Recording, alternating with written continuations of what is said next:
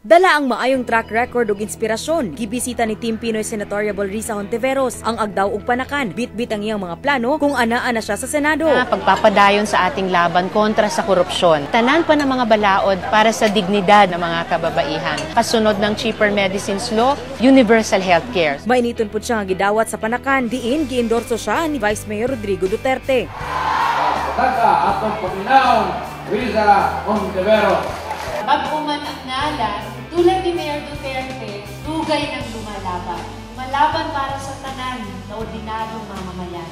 Positibo si Hontiveros nga makadaog ilabi na nga misulod na kini sa top 12 sumala sa latest survey ug sa dakong suporta sa mga Dabawenyo. Dahil ako'y isang kauban, isang ordinaryong mamamayan tulad ng karamihan ng tao dito sa lungsod Davao. Kahit wala akong bitbit na mabigat na apelido o malaking pera, pero bitbit yang track record o aspirasyon, padayon ang laban.